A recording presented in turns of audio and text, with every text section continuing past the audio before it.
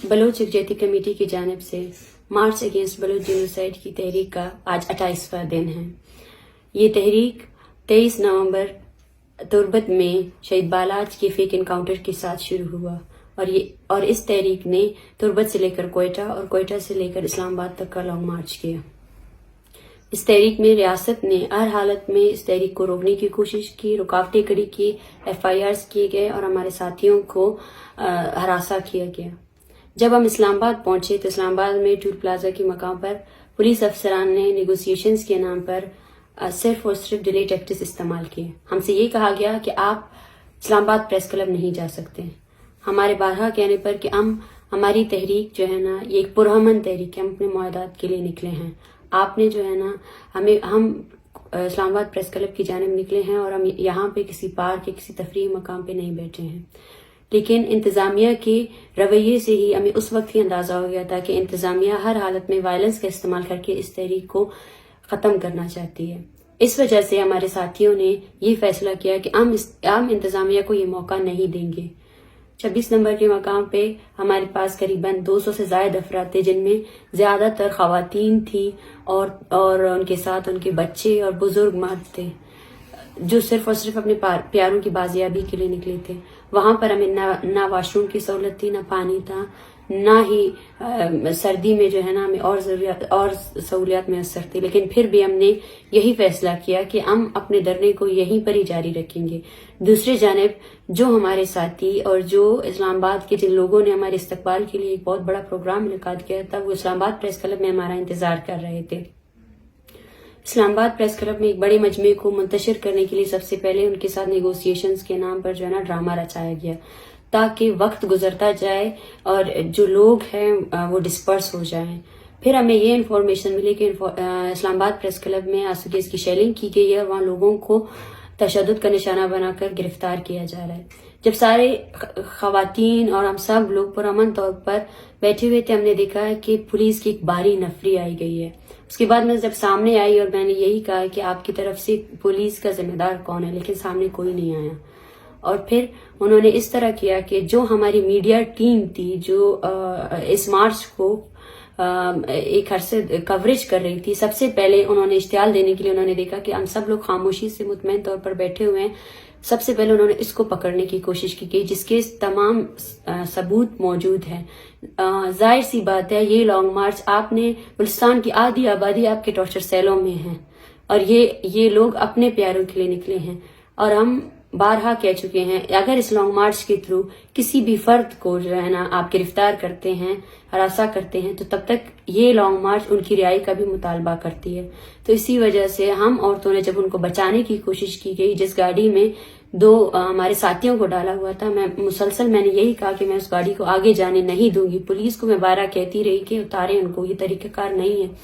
تو پولیس نے وہ گاڑی تیز چلائی، جس سے سب سے پہلے تیزی کی وجہ سے سب سے پہلے مجھے گرایا گیا، اور اس کے بعد اس گاڑی میں موجود جو ہے نا بولان کریم کی جو بہن ہے ان کو بھی گرایا گیا۔ وہ شدید زخمی ہوئی۔ آدھا گھنٹہ ہمیں لگا اس ٹراما کو کرنے کے بعد، اور پھر ہم نے فیصلہ کیا کہ ہم پھر دھرنا گاہ کی طرف جائیں گے۔ وہاں سے ہمیں یہ اطلاعات موصول ہو رہی تھی کہ پریس کلب میں انہوں نے دوبارہ سے جو ہے نا لاٹھی چارج کیا ہے اور لوگوں کو جو ہے نا وہ اٹھا کر لے جا رہے ہیں۔ اور پھر سے جب ہم بیٹھے دھرنا گاہ کی طرف پہنچے، ہمارے سامان سارا وہ لوگ اٹھا کر لے گئے تھے اور ایک انتہائی منتشر صورتحال انہوں نے کریٹ کی تھی۔ اس کے بعد پھر سے وہ آئے اور پھر سے ابھی اس بار انہوں نے خواتین کو مارنا شروع کیا اور یہ کہا کہ مارو ان کو، 2-3 کو جب تک نہیں مارو گے یہ لوگ چپ نہیں ہوں گے۔ یہ باتیں میں نے خود سنی اور میں ان سے بولتی رہی۔ تو اس کے بعد انہوں نے میرے ہاتھ اور پیر اٹھا کر جو ہے نا مجھے گاڑی میں پھینکا، جس کی ویڈیو بھی سارے موجود ہے۔ اور جب ہم پولیس تھانے پہنچے تو میرے ساتھیوں کو ہم سے الگ کیا جا رہا تھا، ہم نے اس کی بھی مذمت کی، اور تب ہمیں پتا چلا کہ ہمارے جتنے بھی ساتھی ہمارے ساتھ آئے تھے ان سب کو جو ہے نا انہوں نے گرفتار کیا ہے، اور نہ پولیس اسٹیشن میں ہمیں کوئی سہولت دی گئی نہ کچھ۔ 6 بجے کے دوران جو ہے نا ہم ساری فیمیل ساتھیوں کو انہوں نے وومن جو پولیس اسٹیشن ہے